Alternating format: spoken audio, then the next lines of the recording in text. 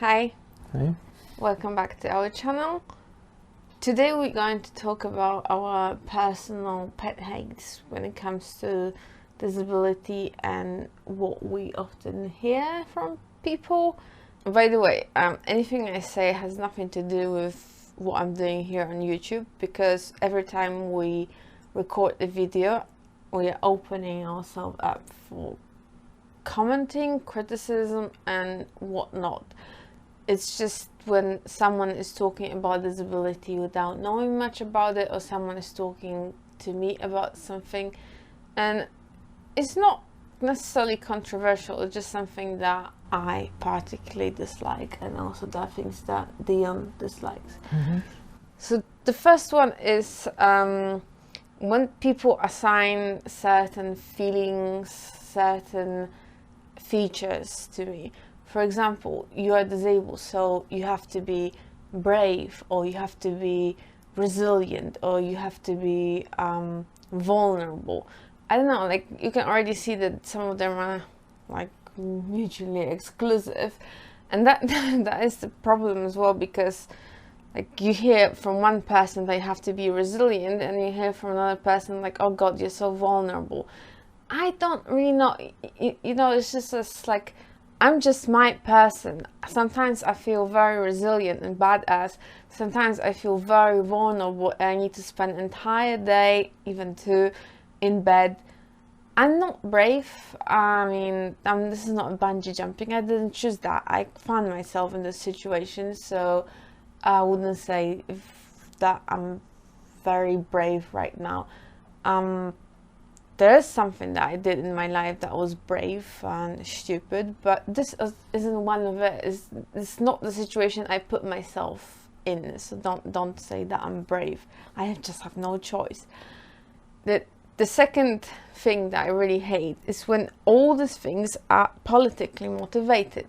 So whenever someone goes on strike, public services go on strike, and it's about train, and it's about retaining staff on a train that are responsible for getting disabled people on that train and getting them off the station, of the train and off the station, then they're saying that you know, disabled people are vulnerable, so we all need to retain the staff and need to help them on the train. And then, even though they completely ignore that lots of people who are in wheelchair don't use public transportation, and very few of them travel on their own because it's pretty much impossible. Another thing is, I think you should probably clarify that the problem with trains here is that it's impossible to get on and off them without help. Oh yeah, it's impossible because you have to call a day in advance, and there are only certain stations that you can get off, and then you have to absolutely be sure that someone is going to be there when they say they will, and then very often they are not. Lots of different issues with the trains here. And now when it comes to different things, they throwing disability to the mix. It annoys me. I don't like being used as political pawns, and I wish it just stopped.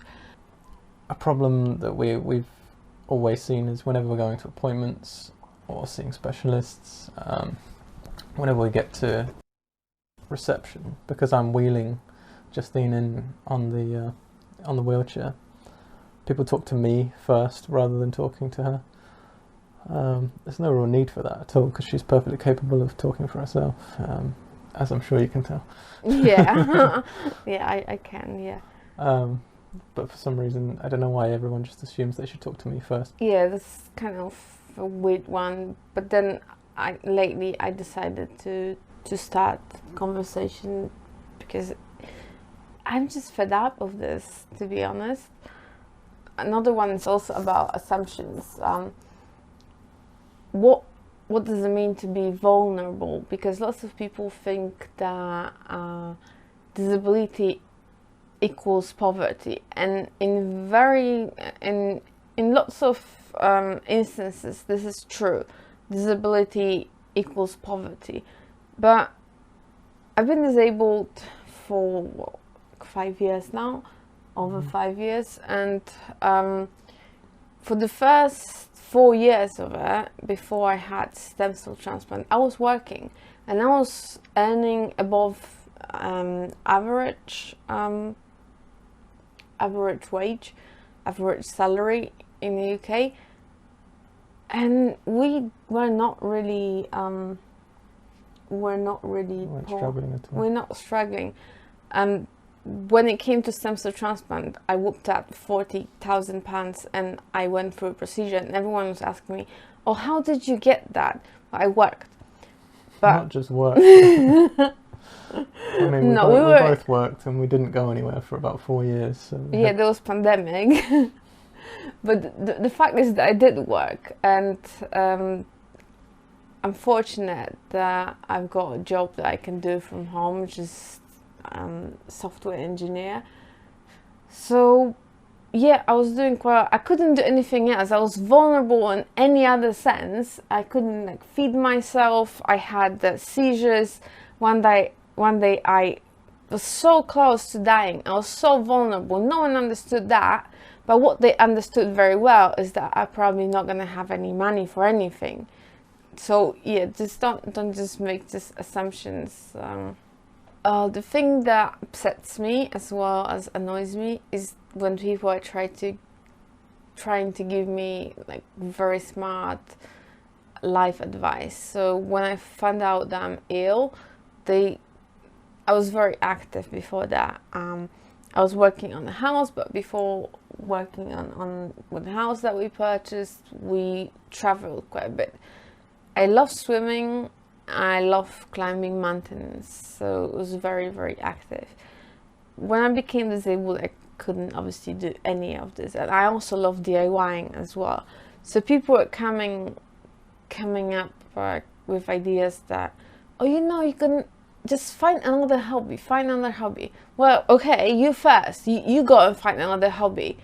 Just give people some time to grieve and find some ideas of what they would like to do with their life. Maybe they will, maybe they won't, and maybe they will depress entire life. And that's also, I guess, that's the way it has to be, So another one is people praising me as her carer. People have praised me to my face. I don't really generally feel comfortable with that kind of thing. Well, I mean, it's okay when someone says that you're doing a good job. Yeah, that's fine. But I mean, people call you angel. Yeah, things like that. I don't really feel comfortable with that kind of thing, to be honest. I'm just doing what anyone would do, I would think, in my situation. We were together before she became unwell, so why wouldn't I stick around and help as much as I could? Yeah, I think the problem with this one is also they forget that we are in a relationship, and you just take care of me like you would of your new car. You wash me, and another the most one is like the bus thing. What the hell is the bus thing?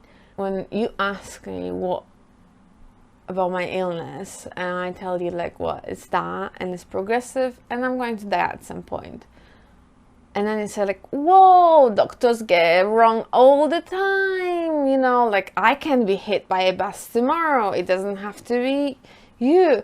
And then I'm thinking like, what, fine, you can be hit by a bus tomorrow, but I'm still ill. I still have shorter lifespan, regardless of your bus. And I can also be hit by a bus tomorrow, and I can be hit harder because I can't even cross the flipping road. You don't feel comfortable with talking about someone's death, that is also fine. But just, don't say like, oh, I can get hit by a bus. Well, yeah, okay, me too. Another one is not always wanting to talk about the disability. Certainly from my point of view, I don't always, and people are always asking, how's Justine, how's she doing? And I don't always want to talk about it. And I don't think you always want to talk about it either. No, I mean, I've been asked to help some people with certain things, and I'm very happy to help always. But I wouldn't say that I want my stiff person syndrome to be subject of every single conversation that I have with people. Unfortunately, most of the time it is. I created this channel so then I can direct people. I don't have to talk about it. But yeah, I would welcome if people actually saw me as a person. I'm a little bit more than my SBS. Which brings me to this thing that when it comes to not talking about disability, you know when it's not okay to actually talk about my disability? When I call customer service, actually it's a story that happened to me in real life. So I called the customer service of a shop that sent me wrong top, and I asked them whether they could send someone round to pick it up for me, and they said like, no, give it to the shop. You've got 28 days to do that. And I was like, well, I can't because I'm homebound. I don't get outside. And they were like, you got 28 days to do that. And I was like, yeah, as I said, I don't go outside. And this person was like thinking. And then there was, so what is wrong with you? Well, I'm sorry, ma'am. Are you a doctor? No, even if you are a doctor, I don't want to talk to a person who's supposed to exchange my top about what is wrong with me. That's never okay to do. Well, I can say it now. It was Debenhams. I ordered top from Debenhams, and Debenhams is no longer in the business. They just shut down, and well, I'm not surprised, to be honest. Yeah, another problem that we found is people were asking me to leave, particularly in hospitals. Yeah. Nurses saying, don't worry, we've got this, without really understanding that they don't always have it. That was at the time when I couldn't be touched by anyone because that was setting me into painful spasms, yeah. Spasms. So they saying like, oh, we can help you. No, you can't. I think sometimes they don't understand that when you're in a spasm, trying to help you is actually making things worse. What they should be doing is just letting you relax, stepping away. Yeah, to people who know anyone who suffers from stiff person syndrome, or to people who suffer from stiff person syndrome, you know that anyone trying to touch you at the moment when you going through a spasm, it's not a good idea, especially if it's a nurse who's trying to move you. And the last one, which kind of goes back to the train situation. So this is how I imagine my my life in a perfect scenario. I mean, perfect situation. I go outside. I can't drive, so I take a bus that is perfectly suitable for wheelchairs. I get on the bus. I get ticket, get off the bus on my own, then maybe get on a train, get off the train and do my work, get in a building that is again accessible to disabled people, and I'm able to go to the bathroom there, I'm able to get myself water, and then I do the same things to go back home. I come home and I just tell Dion how my day went. In current society, we've got people who are responsible for helping, especially people who have mobility problems. In their world, they're gonna go home and say like, oh, I had this person in a wheelchair today, and I helped this person in a wheelchair to go to so many different places, like I went above and beyond because there wasn't working something that was supposed to be working. So, you know, like there's a whole story in this person's world. And then I go home and I said like to Dion, like, you know what, I had a really shitty day today because this person had to help me because nothing was accessible. So what you see, what able people see as something good, that they are helping me and it's fantastic, I see as a failure. I would like to coexist in this society, exist and you know, and do more things on my own. Yes, I appreciate the help. I also appreciate when people ask first, but I would appreciate more if that help wasn't needed. Yeah, I mean, it's 2023. Yeah. We shouldn't have to. Things shouldn't be so difficult for disabled people to get around. No, but look, but we're still designing buildings and systems that don't include disabled people. I just want to be able to do things on my own. I think this is empowering. I think that's the society we should aspire to create. Again, that has nothing to do with the comments that you leave under our videos, because this is a conversation and we're opening ourselves to. You can say Dion that he's fantastic with taking care of me. Thank you for watching. Please like, comment, subscribe, dislike, whatever, and However you're feeling about it. however you feel about it. And we will speak to you in the future when I feel like getting out of bed again. Thank you. Thanks.